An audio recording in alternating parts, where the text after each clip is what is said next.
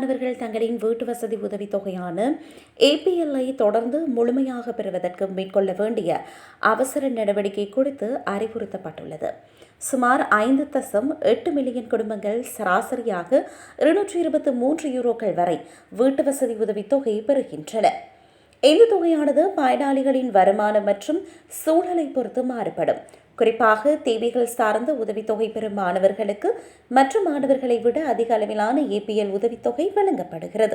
இந்த சலுகை 2026 ஆண்டிலும் தொடர்ந்து பெறுவதற்கு மாணவர்கள் ஒரு முக்கியமான நடைமுறையை பின்பற்ற வேண்டியது அவசியமாகும். ஒவ்வொரு ஆண்டும் ஜனவரி மாதத்தில் குடும்ப உதவித்தொகையான நிதியமான காஃப் மாணவர்களின் கோப்புகளை புதுப்பிக்கும் பணியை மேற்கொள்கிறது.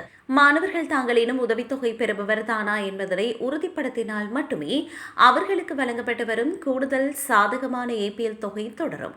இதனை ஜனவரி 31 உறுதி செய்ய வேண்டியது கட்டாயமாகும். மாணவர்கள் 2025 ஆண்டு டிசம்பர் மாதம் 1 நிலவரப்படி உதவித்தொகை பெற்றுக் கொண்டிருந்தால் அந்த தகவலை காஃபிடம் தெரிவிக்க வேண்டும். அவ்வாறு செய்ய தவறினால் காஃப் நிறுவனம் அவர்களை உதவித்தொகை பெறாது மாணவர்களாக கருதி அவர்களுக்கு வழங்கப்படும் ஏபிஎல் தொகையை கணிசமாக குறைத்துவிடும். எனவே உதவித்தொகையில் எவ்வித தடங்களும் ஏற்படாமல் இருக்க மாணவர்கள் விரைந்து செயல்படுவது அவசியமாகும். இந்த உறுதிப்படுத்தலை செய்வது மிகவும் எளிதானது. மாணவர்கள் தங்களின் கணினி அல்லது காஃப் மை அக்கவுண்ட் செயலி மூலம் தங்களது தனிப்பட்ட கணக்கில் உள்நுழைய வேண்டும் என அறிவிக்கப்பட்டுள்ளது.